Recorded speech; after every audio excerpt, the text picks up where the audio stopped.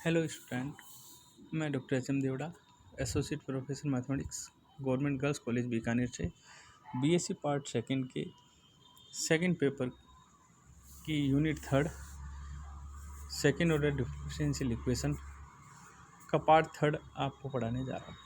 इससे पहले आपको पार्ट फर्स्ट और सेकंड पढ़ा चुके हैं, उसको कंटिन्यूस लेते हुए स्वतंत्र चर को बदलने वाली विधि। अब क्या है independent variable change to independent variable method. अपने पढ़ चुके हैं कि second order differential equation d two Y by D x square plus D Y by D x plus Q Y equal to r. माना स्वतंत्र चर एक्स को Z में बदलने पर जेड बराबर एफ ऑफ एक्स, तो D Y by D X निकालेंगे तो अपने डी वाई बटा डी जेड बटा डी एक्स जो आप 12 तक पढ़ चुके हो। इसका सेकंड ऑर्डर निकालेंगे D two Y by D x square, तो D two Y by D Z square D Z by D x का whole square plus D Y by D Z and D two Z by D x square. ये सारे मान अपने एक में रखेंगे। एक में रखने का कैलकुलेशन करेंगे तो अपने को लास्ट स्टेप आएगा D two Y by D Z square plus P one D Y by D Z plus Q one Y equal to are one, where P one equal to D two Z by D x square plus P D Z by D X division D Z by D x का whole square, Q one equal to Q बटा D Z बटा D x का whole square और r one equal to r बटा D Z बटा D x का whole square. समीकरण जो दो है वो आपके independent variable linear differential equation कहलाती है। अब इसमें सबसे इम्पॉर्टेंट पार्ट ये होता है कि अगर अपने को इसको सोल्व का सवाल आता है तो मेथड में अपने को इसके P1, Q1 और R1 का मान याद रखना है और Z का चयन, जो वेरिएबल चर है Z है, उसका चयन किस प्रकार करना है। Z का चुनाव इस प्रकार करना है कि D Y by D Z का गुणांक शून्य हो जाए, अर्थात Z कॉन्स्टेंट, तो D Z by D X equal to zero, तो D Y by D Z equal to का मान भी जीरो होगा। अब अपने को ध्यान रखना है कि क्यू वन का मान या तो ए स्क्वायर अचर चुनाव करना है, जैसे अब मैंने सोल्व किया है सवाल d two Y by D x square plus cot x d Y by D x plus 4y cosec square x equal to zero. अब अपने को यहाँ पे दिया हुआ नहीं है, कोई भी मेथड से आप चाहो जिस मेथड से कर सकते हो, और अगर आपको कह दें कि स्वतंत्र चरों के पृथक स्वतंत्र विधि द्वारा करना है तो अपने को वही विधि लेना पड़ेगा। तो एक नंबर इक्वेशन ये मान ली, second order linear differential equation अपने पास क्या है D two Y by D x square plus D Y by D x plus Q Y equal to R. दोनों से कंपेयर किया तो पी क्यू और आर का मान ले लिया। स्वतंत्र चर एक्स को जेड में परिवर्तित करने पर समीकरण आपकी होती है D two Y by D Z square plus P one D Y by D Z plus Q one Y equal to are one. ये समीकरण 3 होगी। तो सबसे पहले आपको मैंने बताया कि जेड का चयन करना है, तो जेड का चयन इस प्रकार करना है कि आपने यहाँ देखो जो क्यू के आगे कोफिशिएंट है वाई का जो है उसके आगे जो कोफिशिएंट है उसको अपने को लेना है। अब कोफिशिएंट इसमें क्या है 4 है, तो मैंने मान लिया बुक्स में आपके देखा होगा Q1 इक्वल टू ए 1 माना है। मैंने यहाँ पे 4 क्यों लिया है कि 1 भी कांस्टेंट है 4 भी कांस्टेंट है, अपने को Q1 इक्वल टू 4 लिया।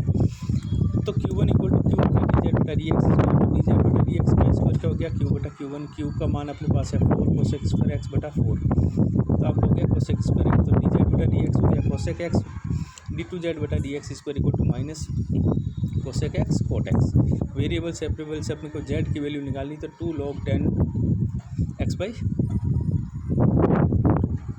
ये अपना आ गया फॉर्मूला, इसका जेड का मान निकाल लिया। अब अपने को निकालना P1 का मान, तो P1 का मान d two Z by D x square अपने निकाला है, P का मान अपने पास है d Z by D x और डी जेड बटा डी एक्स होल स्क्वायर, इसमें मान रखेंगे।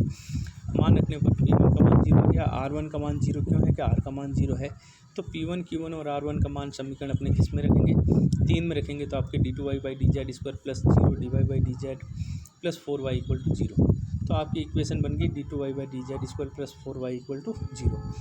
इसको अपने इस नोटेशन से लिखें तो d square plus 1y equal to 0, तो एक्सिलरी इक्वेशन वही डी बर एम स्क्वायर प्लस 1 बराबर 0, तो m बराबर आ गया 0 प्लस माइनस आएटा। ये 0 मैंने इसलिए लगाया क्योंकि आपने पढ़ा है कॉम्प्लेक्स नंबर रूट में अल्फा प्लस माइनस आएटा बीटा,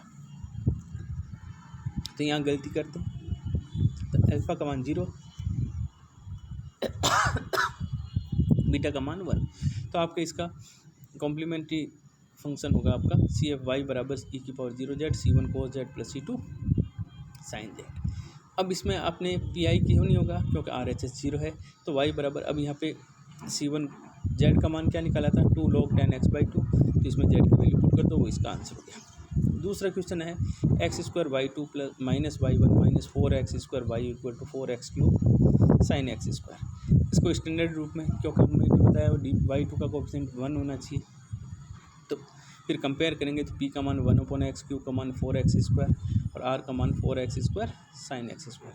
स्वतंत्र चर x को z में परिवर्तन करने पर समीकरण निम्न रूप प्राप्त होता है, तो d2y/dz² plus p1dy/dz plus q1y equal to r। अब अपने को मैंने क्या बताया, सबसे पहले z का चयन करना है, तो z के चयन में q1 इक्वल टू मैंने -4 लिया है, किताब में वापस वही -1 लिया है मैंने। यहाँ पे जो कोफिशिएंट आएगा वही ले लो, अपने कोई फ़र्क नहीं पड़ा, आंसर एक जैसे रहेंगे। तो -4, तो q1 इक्वल टू ये है, तो q बराबर क्या बन जाएगा, dz/dx² इक्वल टू q/q1। तो आपका हो जाएगा माइनस माइनस कैंसिल हो गया, तो x² तो dz/dx हो गया आपका x, तो वेरिएबल सेपरेबल से लेंगे तो x z बराबर हो गया x²/2 और d2z/dx² का मान हो गया आपका 1। अब इसका तो r1 का मान r/dz/dx², तो आपके ये r का मान अपने पास है 4x² साइन x² बटा x² तो 2 साइन x², और p1 का मान अपने पास d2z इसमें मान रखेंगे तो इसका मान हो गया 0। तो किस में रखेंगे, 3 नंबर समीकरण में, अपने यहाँ पे 2 नंबर है तो 2 नंबर मान रखेंगे, p1 q1 r1 का मान रखेंगे और रखेंगे इसको, तो आपके हो जाएगी d2y/dz² minus 4y equal to sine of 2z। Auxiliary equation होगी d² - 4, तो इसका अपने d बराबर वही 0 + -2 सॉरी, तो आपका कॉम्प्लीमेंट्री फंक्शन होगा c1 e⁻z plus c2 e⁻−z। अब z बराबर क्या है आपका x²/2, तो c1 e⁻x² plus c2 e⁻−x²/2। अब यहाँ पे पी निकालना पड़ेगा, क्योंकि RHS का मान 0 नहीं है, तो पी बराबर हो गया 1/d² - z साइन 2z। तो d² इक्वल टू -4 रखा, तो आपका हो जाएगा -4 -1 -5, तो साइन 0 नहीं हो रहा है, इसका मतलब direct d² equal to -a² का वैल्यू पुट किया तो -1/5 साइन 2z। तो कंप्लीट सॉल्यूशन हो गया y बराबर CF प्लस PI। तो y बराबर आपका CF तो निकाला c1 e⁻x² plus c2 e⁻−x² -1/5 sign x²। Question number जो 3 है, 1 + x का whole square d2y/dx² plus 1 + x dy/dx plus y equal to 4 cos log 1 + x। अब इसका स्टैंडर्ड रूप में लिखा, p का मान 1/1 + x, q का मान 1/1 + x², r का मान 4 cos log 1 + x बटा x। x को z में परिवर्तन करने पर d2y/dz² plus p1 dy/dz plus q1y equal to r1।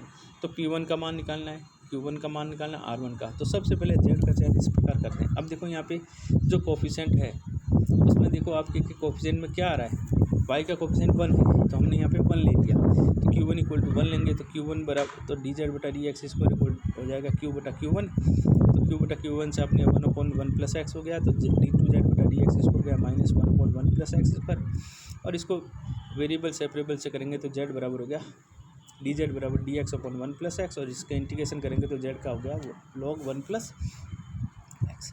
r1 का मान निकाला, तो r/dz/dx² का मान निकाला, तो आपका आ गया 4 cos log 1 + x। p1 का मान रखेंगे तो उसका मान 0, तो 2 में p1 q1 r1 का मान रखेंगे, तो मान रखने पर अपने देखेंगे कि इसमें d2y/dz² plus y equal to 4 cos log 1 + x या 4 cos z। तो एक्सिलरी इक्वेशन होगी m² + 1, तो m बराबर 0 ± आएगा, अल्फा बराबर 0 और बीटा बराबर 1। ये इसीलिए लिख रहा हूँ कि अल्फा और बीटा का मान आपको ध्यान है। तो इसमें कॉम्प्लीमेंट्री फंक्शन में आपको बताया था e⁻0 c1 जो cos z plus c2 sin z भी ले सकते हैं, ये भी फॉर्मूले थे c1 cos z plus c2 या c2 sin z plus c1। तो आपने यहाँ पे c1 cos z plus c2, अब z का मान यहाँ पे लास्ट में रख देंगे, तो पी निकालेंगे, क्योंकि r0 = 0 है, तो 1/d² + 1 4 cos z, 4 बाहर ले लिया cos z, तो अपने वही d² इक्वल टू -1, तो अपने रखेंगे तो यहाँ पे 0 आ रहा है, इसका मतलब इसमें फॉर्मूला यूज करेंगे तो 4z/2 sin z, और ये हो जाएगा कैंसिल, तो 2z sin z। तो कंप्लीट जनरल सॉल्यूशन या कंप्लीट सॉल्यूशन अपने y बराबर CF प्लस PI, तो c1 cos z plus c2 plus 2z sin z। z का मान रखेंगे, z बराबर अपने निकाला है z बराबर log 1 + x, इसमें मान रखोगे वही आपका रिजल्ट होगा। और क्वेश्चन नंबर 4 आपके पास है 2y/dx² plus 10x minus 3 cos x dy/dx plus 2y cos square equal to cos 4x। तो इसमें d2y/dx का कोएफिशिएंट 1 है, इसलिए p का मान, q का मान, r का मान कंपेयर कर लिया। स्वतंत्र x को z में परिवर्तन करने पर समीकरण का एक का परिवर्तित रूप ये हो गया।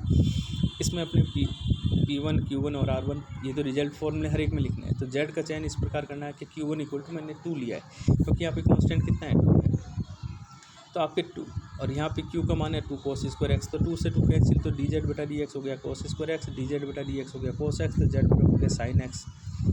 ठीक है, और इसमें d2z/dx² हो जाएगा माइनस sin 2x।